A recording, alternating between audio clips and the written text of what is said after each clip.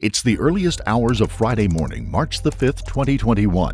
Two police officers have been called out to the Albuquerque International Sunport to investigate an abandoned truck on the top floor of the airport's parking deck. It's not unusual for vehicles to be parked at an airport for a couple of days, even outside of the long-term parking areas. This one, though, stood out. Local 911 had received a call from airport security saying that on a sweep of the parking area they found a vehicle, and a horrendous smell was coming from it. The beat-up old Ford Ranger had a number of plastic tote boxes in its bed, and more debris and another tote in the front seat. Something wasn't right. Kind of smells. But I mean, not to decomposing or anything, you know what I mean? Yeah. But it was here yesterday as well, I believe. Oh, it was? Yeah, there were reports of the same vehicle here yesterday. Yeah. So maybe they left and came back, then it's how it's shown to the car. So there's a pretty foul smell coming from the vehicle every so often. I don't know if you noticed. Yeah, I can't really tell what it was. It didn't really sound like, I couldn't really think it smelled like decomp body or something like that, but I don't know. I can smell something, but I can't really tell what it was. It also smells like dirty. Yeah, it's just kind of odd and out of place, especially with all the Tupperware in there. And yeah, it's definitely weird. The officers had no way of knowing right then that they had just stumbled on evidence that would lock down 3 missing persons cases in a neighboring county and set off a horrific story that would span multiple states.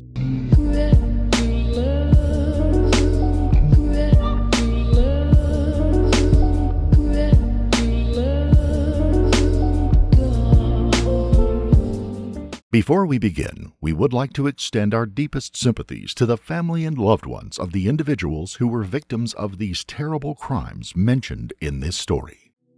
Our story starts in Grants, New Mexico, about 80 miles or 130 kilometers west of Albuquerque.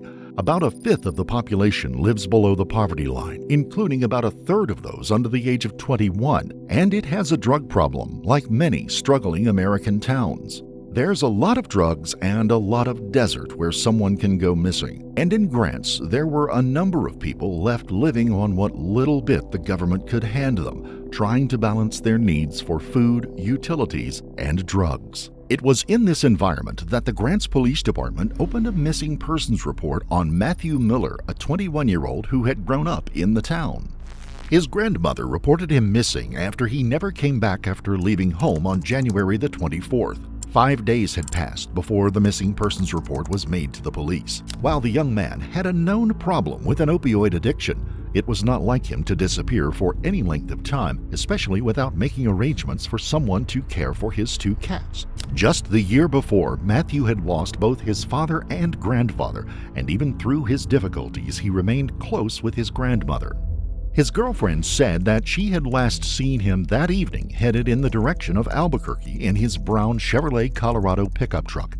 She had not heard from him since. That truck would be found at an apartment complex in Grants, but there would be no sign of Matthew, and no one could be found that had seen the young man dropping off the vehicle or hanging out in the area. The truck was brought in to be checked for evidence by the local crime lab. The location where Matthew's truck was found just happened to be a little over a block away from where they had received the report of another missing person. This time, the missing person was Jennifer Whitman Lannon, a 39-year-old mother of 3.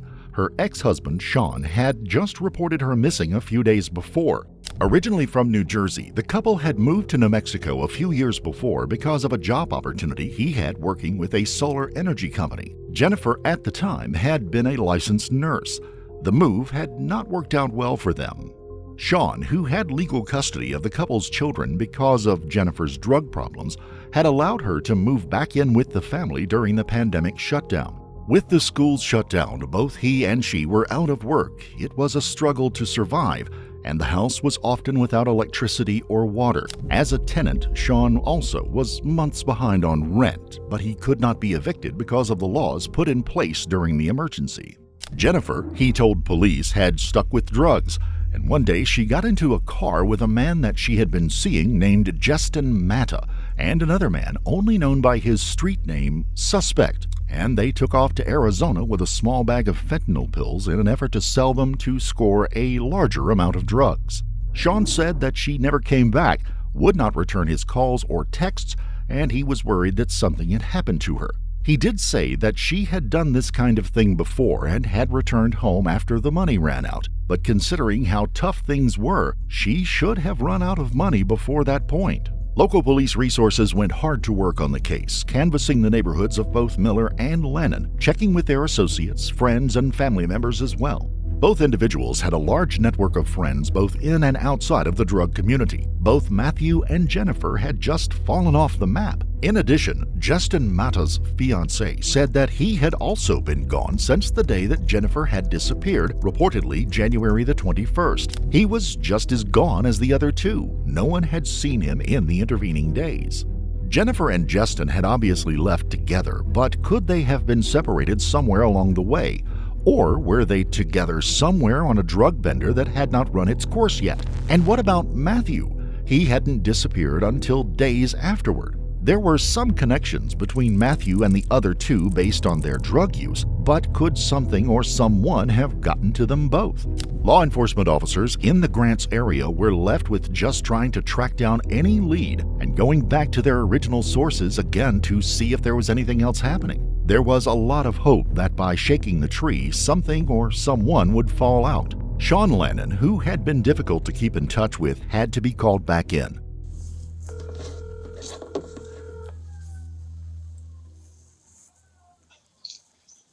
Hello? Hey, is this Sean? Yes, it is. Hey, Sean, this is Detective Turney. How are you doing? Good, how are you doing today? Good, man. I've been trying to get a hold of your other number, and it's not working. So, No, I apologize. Sorry. so you know anything new? No, I haven't heard anything. Nope. Okay. Are you still around town? No, I'm in Albuquerque. Okay. How's the kids doing? The detective is keeping the call casual and friendly.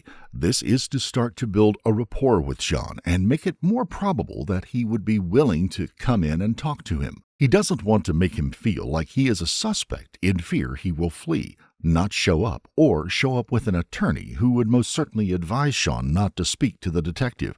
Sean is not legally required to come in or speak with the detective. I'm doing good. I'm doing good.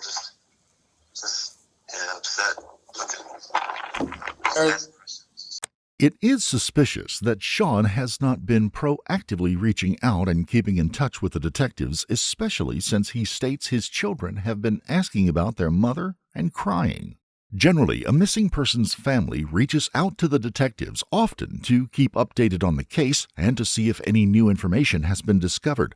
Families are often applying pressure as they want the person responsible to be found or their loved one to be located. And you're living with Crying a little bit. and you're living with D again, or still? Yep. Okay. Anywhere on your end? No, we've made some progress here and there. I've got a bunch of pictures of different vehicles. I'd like you to take a look at, see if you could help me identify them. Good time tomorrow. I wanted to come in and I still have stuff I got to return to the school. Is that Okay. or- Tomorrow would be great. Just give me a heads up anytime. You got it. All right, boss. All right, man. I appreciate it. Apologize for the phone issue. I didn't. We're good. The other one was technically the one left that we had. So.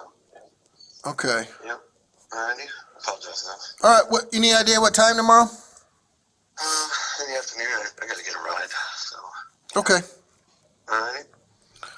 All right. Just make sure the kids are taken care of, and we'll go from there. You got it. All right. Thanks, sir. We'll see you tomorrow. Bye. Bye. Thanks. Bye. Sean had also run into trouble with the law, having missed a court date for an assault charge stemming from an incident back in November. Just a couple of days after that call, Sean had been picked up, arrested, and given a week in the county jail. He was more than available to undergo some questioning. A detective and an officer were dispatched to pick him up and bring him back in. It was now February the 25th. As the officer hooks up some items to recharge before the interview, note the bulletin board on the wall. You will see on the right side a missing persons poster for Matthew Miller. What might at first seem coincidental becomes a connection that can't be denied. Inside the interrogation room, Sean comes to know that there's a lot of new information, but so far the dots are not connecting up. Perhaps he can help, or perhaps with a bit of pressure, something more might be revealed. This is about these missing people. You know that, okay? Everybody is a suspect, okay? Everybody. I deal with suspects, witnesses, and victims. Everybody is a suspect, okay? And it is my job to take the suspects one at a time and rule them out. Sounds And good. I can't rule one out. I can't move on to the next one. I can only deal with one at a time, okay? You are our suspect that I want to try and rule out. Okay?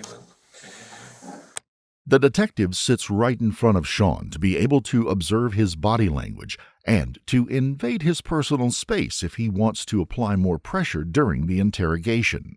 The detective begins the interrogation by saying everyone is suspect and they just had to rule him out. This is done to put Sean at ease and not feel like he is the target, which is definitely not the case. The detectives are legally allowed to use deceptive tactics and even lie to suspects during interrogation. You will notice the room is bare with nothing on the walls or tables to avoid any distraction.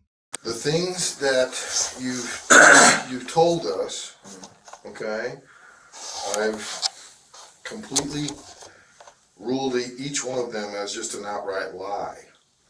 Okay? Because of the facts.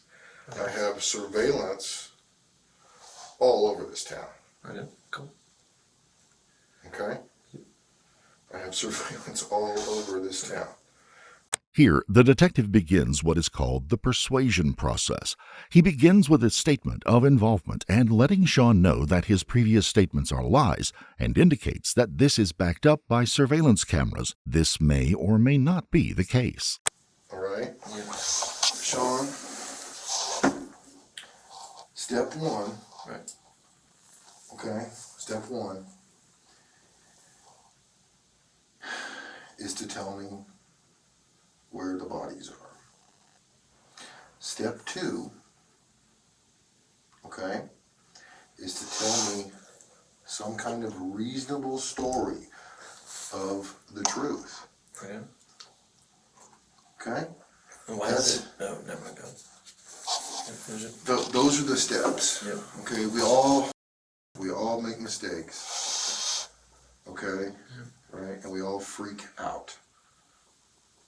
Sean's body language is very awkward and unnatural, indicating that he is nervous. He touches his face, which is a sign of stress. Also, notice he waves his right hand in a dismissive manner after almost every statement made by the detective. Repetitive motions like this are a way for suspects to relieve stress and are usually subconsciously done. This is often seen when someone is lying. You also often see suspects look down to avoid eye contact, which you can see Sean doing as well. Notice the detective leans towards Sean, places his paper to the side to invade his personal space and to assert authority over him and apply more pressure. This is called the interrogation posture. He is giving him undivided attention and sitting very close to him.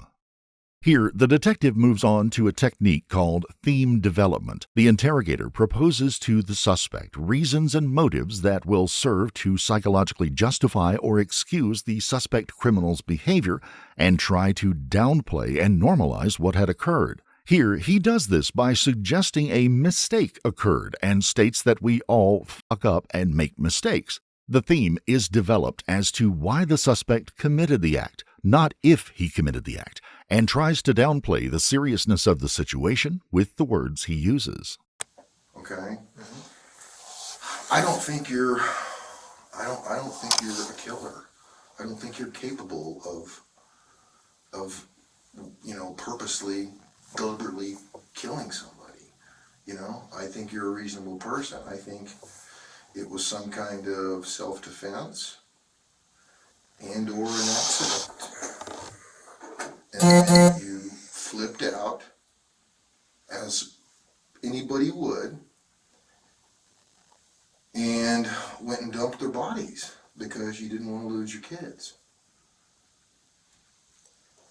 The detective actually believes Sean is a killer and, in fact, capable of murder, yet tells him that he doesn't in order to set up the next step of the Reed technique, which is to present an alternative scenario suggesting self-defense or an accident to see if Sean will latch on to one of these themes and get him to confess. The detective doesn't care if he uses one of these justifications. He just wants to make it easier for him to start to confess and move closer to the truth and his involvement.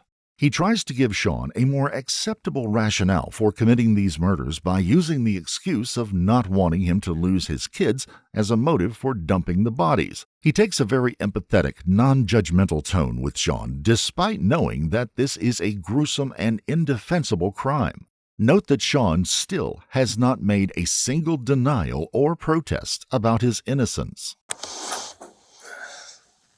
What is it how and when I told you what I knew, that's when I feel like I gave you an honest answer. What is it that would cause you to think otherwise, that it wasn't true? What is it that you think that I lied about? I know you're the last one who drove Matthew Miller's truck. Okay. I know you parked it where we found it. Yep. That's all a lie. You lied to me about that. What do you mean? That's where I put it. I told you where it was. It was there last time I saw it. I told you in here. I told you I drove the truck. You told me you drove the truck a few weeks prior, and you went to Smith's and Walmart to get food, and then you went back and drove and parked it at Kingman. At McDonald's. Yeah. That's what it. That's the last time I drove it. And the kids were with me the whole time. That's it. Okay. Every time, so there's surveillance video across the street from 817 Kingman. Incredible surveillance video. Yeah. We got everybody coming or going from that house. Everything that happens. Every vehicle that shows up. Right? Yeah. Every person. Sound good? Sean's tone is extremely strange and should be noted. He is very calm and relaxed for someone who has just been accused of murder. Here, he is trying to get out of the detective what evidence he has. This is to decide what to admit and how to frame whatever story he may want to put forward to fit with the evidence. Sean gets nervous when the detective begins to tell him about the incredible surveillance video he has. Sean appears nervous and takes a sip of water. Often people get dry mouth when they are nervous, and he may also be doing this to stall for time to think about how to explain what the detective may or may not have seen. Every time Matthew goes there, Yeah. he parks in front. When you're driving the truck, you back it in. Okay. Okay? He started backing in because he wanted to pull that organ. That's He the wanted truth. to, he wanted to do what? He wanted to have to load up that organ to sell it. The one that is, look at the picture like in front of the house. The big musical organ. Like I wasn't physically strong enough because I'm still recovering from the sickness. But yep, pick it up. He wanted to take it up to Poland or somewhere and get money for it. So I was like, I'm not doing it, so I let him use my food card. Okay. I picked up supplies, and that's it. Where's Matthew and where's Jennifer and where's Justin? I don't have that answer for you. I'm not part of whatever disappearance they're on. That's not my thing. So. Sean finally makes his first denial of not being part of the disappearance, but again, keeps very calm and a very casual demeanor. His denial is rather weak, and it does not match the gravity of the accusations. He begins nervously rambling about insignificant details that is often seen when someone is lying. Matthew owed me $80 worth of something. I needed water. I needed a vehicle periodically. He drove me a few times. And I didn't even know he didn't have water until he said something about his grandmother. He got water from his grandmother one day. I was like, what was that? So now we have a connection laid out between Sean, Jennifer, and Matthew, one that Sean hadn't been forthcoming about earlier. But was this connection one that actually strung together their disappearances? And Jennifer and Justin ran off together. Yeah. And they got into this white car. a white something, a 300 or something. Yeah, there's no white car that ever goes to 817 Kingman. Yes, there's an 87. There's a white 300 there. Why would she take off and not take her phone? She had a new phone. He gave her a brand new phone. When she left, she had a white iPhone, like a nice one, like a really nice phone. Yeah. Why would she not take her other phone? Because it's a piece of trash. Why would she not call anybody? Why would his phone not be on and working? Why would They they weren't not together. service at all? We weren't together. Like, she physically was leaving with Justin. Like, okay, I couldn't afford the shit. Why would He she was gonna take go. her makeup? She did take makeup. She took a whole bag. Yeah. The big flower bag? Like the suitcase? No, she had a backpack. Backpack. Just a backpack. A nice one. Female. Yeah. She's always prepared. So. Sean, I think you guys got into a fight. I think it was just self-defense. Justin came at you, something weird happened, and you were just protecting yourself and the kids. That's what I think happened. And somehow they died. The detective now gives a brief monologue to propose to the suspect reasons and motives. The general rule while doing this is to attempt to place the blame for what the suspect did on some other person or set of circumstances other than the suspect himself. Here he suggests that Justin was the aggressor and suggests that he was just defending himself. No. Sorry. No. Honestly.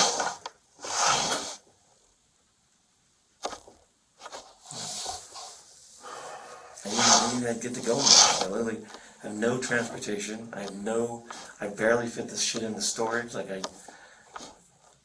if you're lucky to walk to the store, like, not that I went out it, but I walked to freaking Family Dollar to get She water. wouldn't have left her kids like that, man. I mean, she's done it half a dozen times. We've been divorced for 2 years.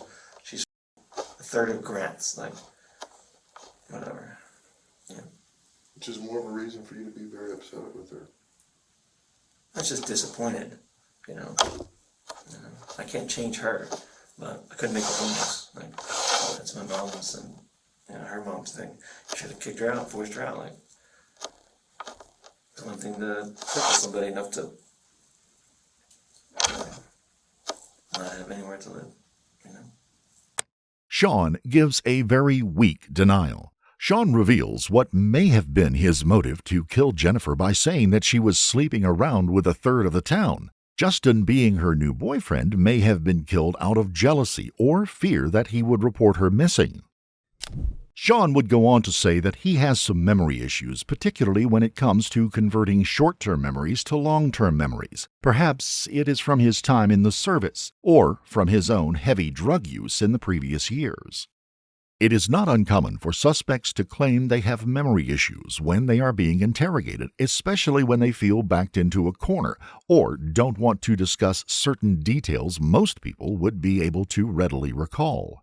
I think you're lying, Sean. On February 10th, okay, that was the day you came in here and we got Jennifer entered missing? Yep. Before you came here, you went to Kelly DeSoto's house. I did. And you took a bag in the house and had a gun. Yep.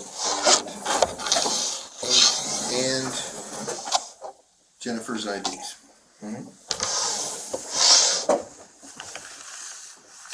Why would you do that? You're admitting that you did that? I had a bag at the house, yeah. On your way here, you stopped at Kelly's, I stopped at Kelly's. right? Yep. Talked to Kelly for a few minutes. And then I left. You took a bag in her house and hid the bag. I didn't hide the bag. It was on the kitchen table. That's it. It was my other bag, my laptop and everything. And there was a gun in the bag. There was Justin's gun, which was Tommy Archuleta's gun. So, It was Justin's gun. Justin, yeah, it's Justin's gun. He got it from Tommy Archuleta. Okay. What else was in the bag? Pocket knives. Kelly gave me a pocket knife. One of them was Justin's. Had like a weird green, like a tip that could almost like break on with it. And then a utility knife over it. And Jennifer's IDs. And Jennifer's IDs, yeah. So, but some of her IDs. I have all of her other stuff in the house. She has more IDs. So. And so, when we got done talking here, you left. You went back to Kelly's house to get that bag. No, I wanted my friggin' phone. I said, where's my phone at? Like, I don't have my phone. It wasn't in Dee's car. No, I never got the phone. What phone? What are you talking about? I had a phone, and I was like, where's my phone at? Where's my phone at? Why would it be at Kelly's house?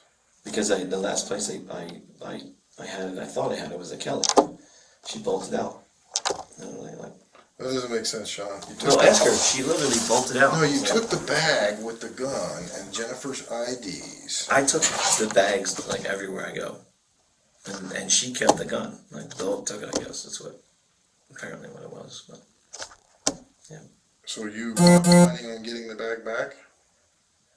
I went to go pick up the laptop bag. I didn't realize the other one. I was like, oh, shit, and then the pistol and the three knives are gone. Three what? Three pocket knives. Oh.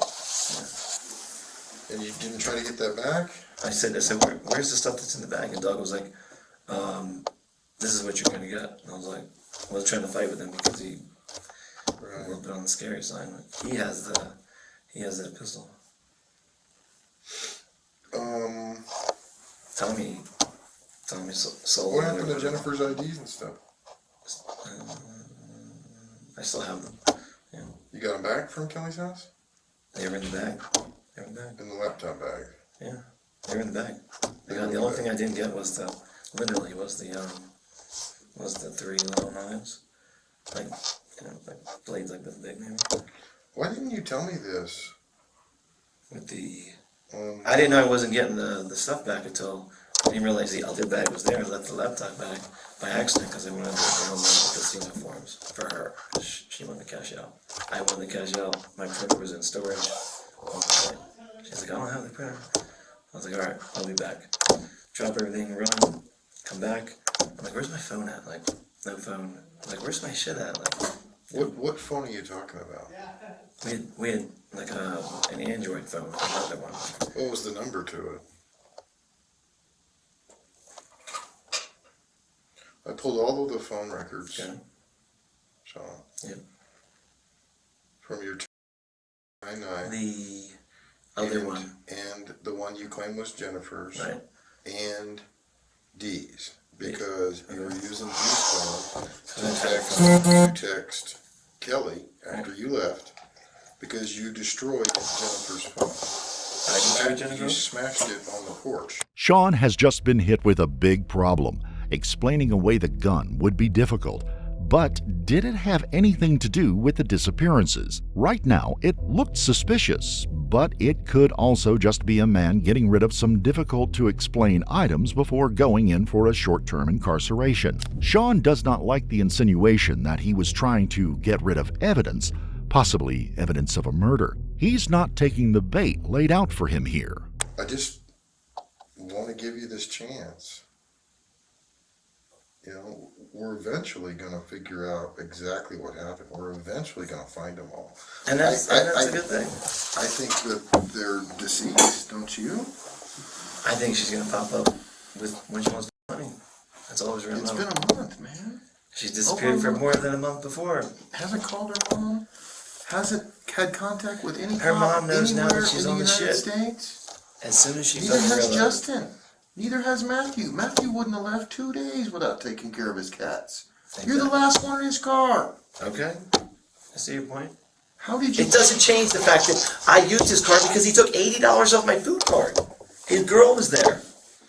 I literally drove to get freaking water, groceries, like supply. Like, And you expect me to believe that you borrowed his car. He's okay with that.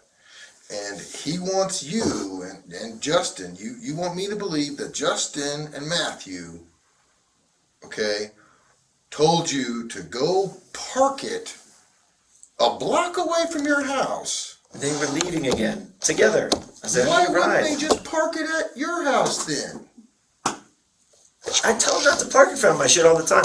There's too much drunk You're traffic the one because of who backed JD. it in there. But I'm not doing anything sketchy. Trying to take trash or pick up groceries. There's nothing sketchy. I don't have to worry about. These people go in and out on the main strip, park for a minute because of bullshit. Okay. That's shady. Parking in the driveway is normal. Like, load up, like do something. Groceries, something. Okay, your fingerprints and your DNA are gonna be in the truck, Obviously. Yeah. And the kids are in there too. right? Okay?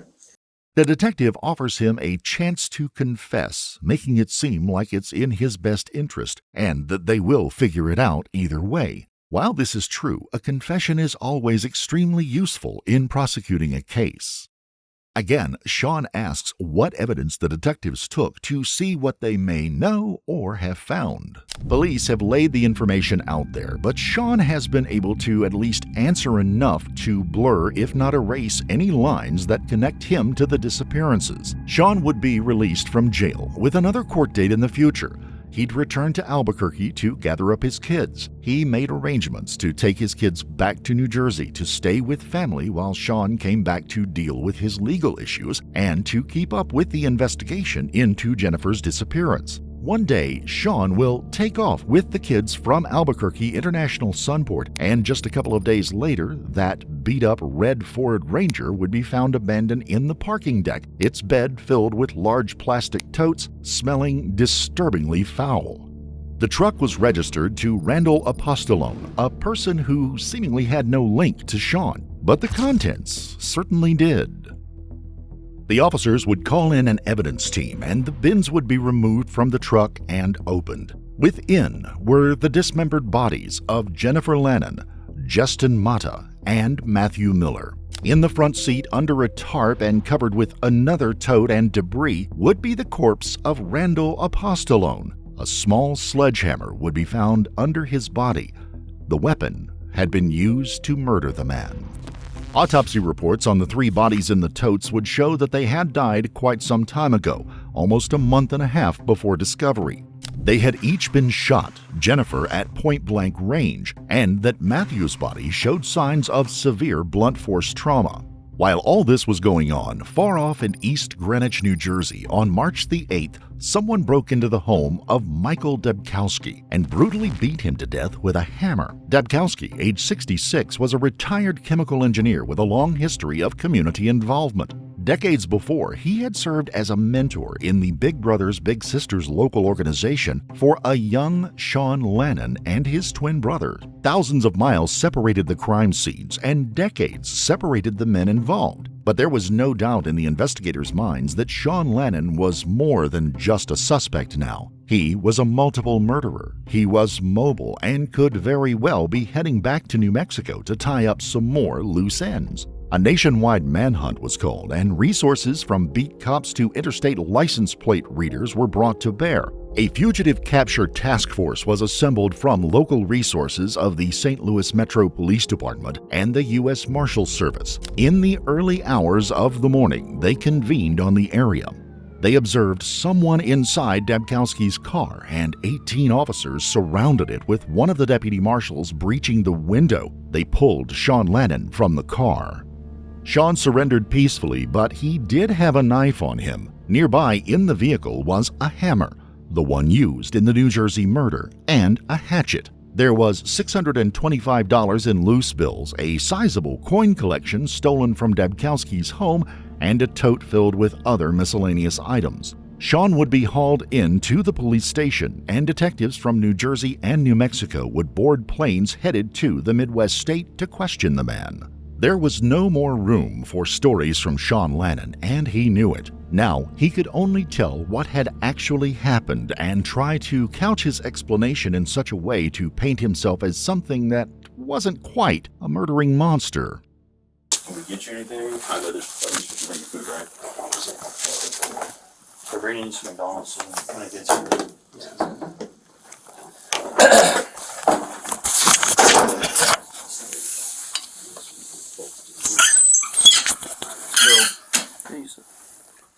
Like I said, we're kind of coming in middle of the road here. I just want to kind of talk to you some about some things that happened in New Mexico in general, but Albuquerque after the fact. from wherever your radio came out. Like, I mean, I know you just kind of tell me how you got into New Mexico and how some of this went down. The detective starts the interrogation in an interview style and simply asks Sean to give his side of the story. Since Sean has been caught with weapons and a dead man's car, they know he won't be able to deny any involvement. I got a job assignment in Mexico 4 years ago. Job. For the kids, nanny. The nanny was Diana. Some point sometime later, Jennifer comes. You know. Dee and Jennifer never get along. So at some point, Diana took a job with corrections and did that. And Jen stayed at the house. Failed out of rehab a couple times. Pretty much always had nanny off and on, covered on the kids. I worked a lot. Recently I lost my job after I got sick. Apparently had endocarditis, an infection in my heart. Apparently there was a punctured lung at some point. I never knew it. Maybe that was the source. In the hospital, lost my job, came back. I wish I'd learned to walk again. Sean brings up multiple hardships in his life, likely to garner some sympathy from the detectives, which is a very common MO for narcissists and sociopaths. Unemployment, pretty much getting evicted and leaving the house. Plan was to get to New Jersey, get the kids back safe. So, one day I took a walk at Walmart, purchased a dollar stroller, and to go get groceries. Pretty good walk from where I lived on Kingman Avenue to Walmart. A half hour into the walk, I realized I didn't have my food card. So I turned around, came back, went in the front door, went down the hallway to get my food card on my dresser. I noticed it was quiet. And the kids opened the door, Jen and Chester in there. I knew we were divorced, whatever, but I was fucking ignorant. So I was like, idiots.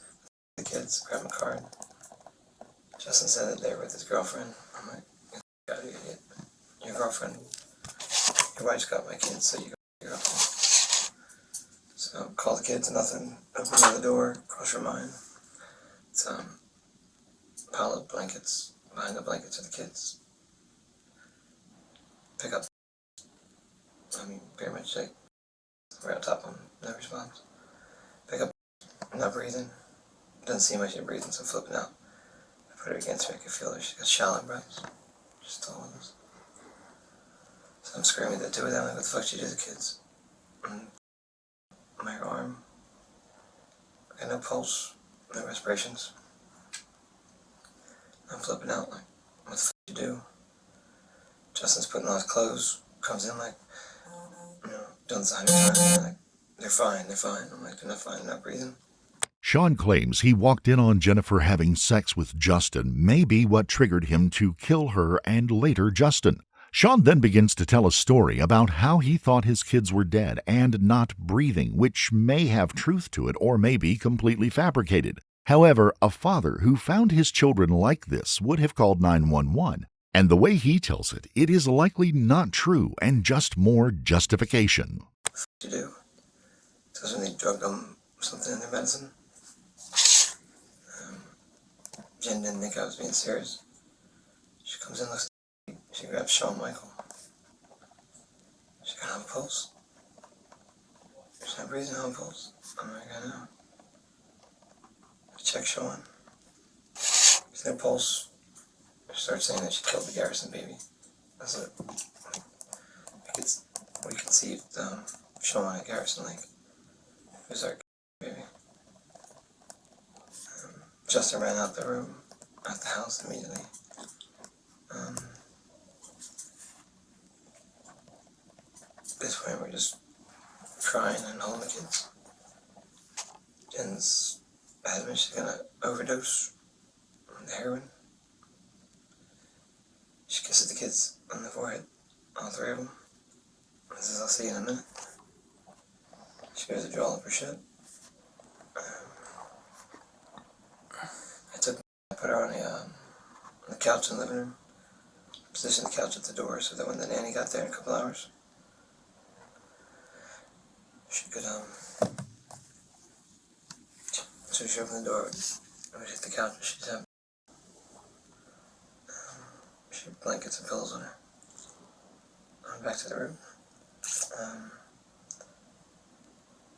They said they also blew heroin smoke in their faces, so I didn't know if Narcan would work.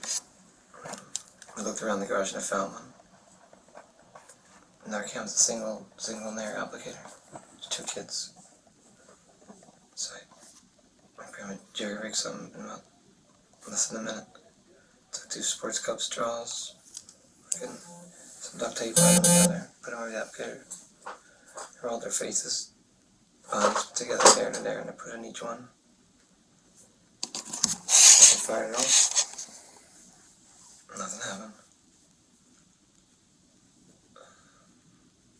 They assume like I've done it for other people. It was like immediate. They'd always pop up.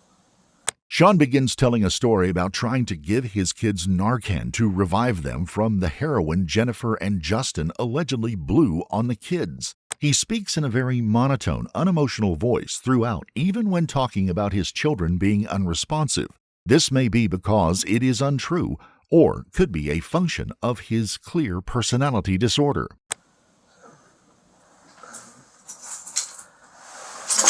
Kissed him on the head and I told him I'd see him in a minute. And I went to the bedroom. Jen was already out with the heroin. It wasn't enough to take her life. So she wanted me to make sure she went too, for sure. Once I realized she was breathing, she wasn't going to OD. I went in the other room, psyched myself up, repeating that kind of emotionally charged statement of, you killed the baby. So I had enough, whatever to do it. I put the pistol behind her head and I pulled the trigger. How long between the time that you shoot Jennifer, that you shoot Justin? It was at least a week. It took a while. How did you get him to come over? I was baiting as if I was Jennifer on the phone. So you thought he was to meet Jennifer? Yeah. Sean claims Jennifer tried to kill herself by an OD and that he shot her, making it seem less like a monstrous act. He then reveals he killed Justin a week or so later by luring him to his house. This is legally important because his defense of heat-of-the-moment murder, which is second-degree murder, has to be close in time to the triggering event, i.e. having seen them having sex or the kids being unresponsive. His admission that he lured Justin to his house sets him up for a premeditation murder, which is the most serious charge of murder in the first degree. Finally, that kid comes over, William or Matthew, whatever the fuck his name is, comes over with Felicity, his girlfriend. She looked like she was like 12 years old. And they shouldn't hurt anyone, they don't have to. So he's like, they're looking for money for anything. And I'm like, I'll give you a food card. I was like, just take like $40, you know. And I was like, all I need is later in the week, give me a ride to get some water. I'm having electric and no water. So one of those times he came back, he didn't have Felicity. And that's when I shot him in the back of the head. I shot him in the garage. So he was walking, he was in front of me, he was looking at some of the fine china, he wanted to hawk it or something, heading back in towards the house. Next, Sean discusses Matt coming over with his girlfriend, who he claims looks 12 years old, once again trying to possibly justify his actions to a degree or make Matt look bad. Kids were in the far back bedroom. When the door was locked anyway, we took a sort of barricade, just with all the moving stuff so that they couldn't come out. He didn't know it was coming. Put it up to the back of his head, pulled the trigger. It's disgusting. Again, fell right there on the floor. I stepped over, walked, checked the kids. Took me like another day or two to figure out how to put him in something. Sean admits to shooting Matt in the back of the head and doing it while his kids were inside the house. This shows the shooting was unprovoked and also shows his complete lack of concern for the children's well-being. It's pretty fucking disgusting. Finally got all 3 of the bodies outside the house, in the yard. Let's take them out the back. Make the slider door around the back side and put them underneath this tree, and I put like the grill and all that stuff, blockading them in. Because we still lived in the house, cleaned up what I could. All the while the landlord was in and out, constantly checking the house.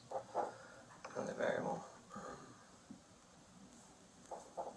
And then, as I pack up the stuff, I'd take stuff to use one of my friend's trucks, take it to storage, the kids in the front seats with me, and the bed pick up at the storage containers. Took them, not those storage containers, they were outside the house, the actual stuff. Took them to storage until the house was pretty much empty. At some point he brought me the boxes and put them in the back. I couldn't come up with enough money for the vehicle, so he was going to take the truck back, so I found too much for the boxes to be, the storage containers. I was going to hold them for $150.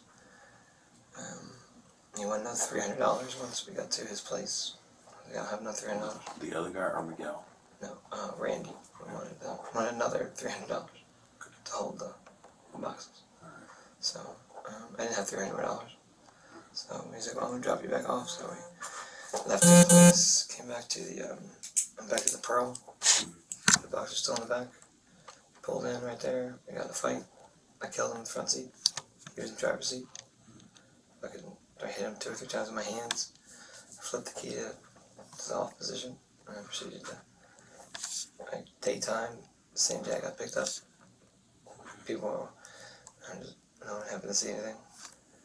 Sean claims that Randy tried to ask him for an extra $300 for helping him move the storage containers containing the bodies, and that they got into a fight. He admits to killing him now during the fight, which again is an attempt to justify his actions. Sean describes all of these murders extremely emotionless and in a matter-of-fact way. It is disturbing how casually he discusses all of these horrific crimes. At some point my hand got sore, I hit him with a hammer. Blood was splattered. No one came around. I literally got out, cleaned the windows, put something over them, flipped them to the drivers, from the drivers to the passenger. It's pretty fucking disgusting. Huge puddle underneath the truck coming out the side door. I tried to clean that up too. Sean would go on to say that he had come back to New Jersey to kill Dabkowski, alleging the man had compromising photos of him from when he was a child. In court, however, Sean could offer no evidence of such activity or incriminating evidence, so it could very well be likely that he knew Dabkowski had coin collections and ready cash. It was just another killing, something that seemed to get easier each time the man turned his hands to murder. No, there's no excuse for him. He's taking pleasure in it.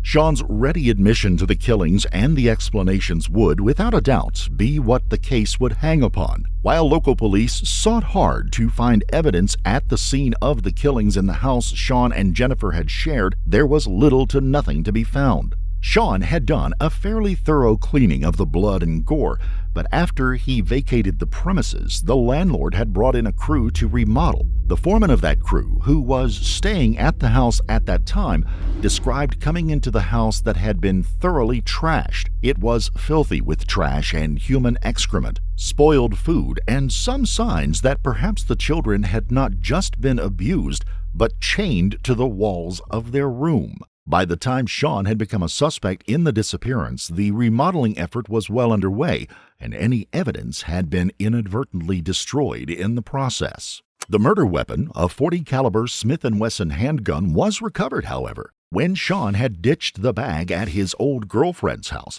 her current boyfriend had disposed of it by selling some of it to a man he met through a third party. While he could not identify the men, investigators were able to track them down and get the gun back. It still had traces of blood on it that connected it to the killings of Jennifer, Justin, and Matthew. Sean Lannon would plead guilty to all 5 killings. In New Jersey, he would be convicted in the slaying of Michael Dabkowski. He would be given a sentence of 35 years. He would then stand trial for each of the killings of Jennifer Lannon, Justin Matta, and Matthew Miller. Due to a plea deal, he would be found guilty of second-degree murder in each case and would be given a sentence of 15 years for each one. He will serve his sentence in New Mexico first, and should he somehow be paroled or serve out the entirety of his sentences, he would then be transferred to New Jersey to serve out his 35-year sentence there. While we know how Sean did his crimes, his explanations of why he killed so many people just somehow don't ring true.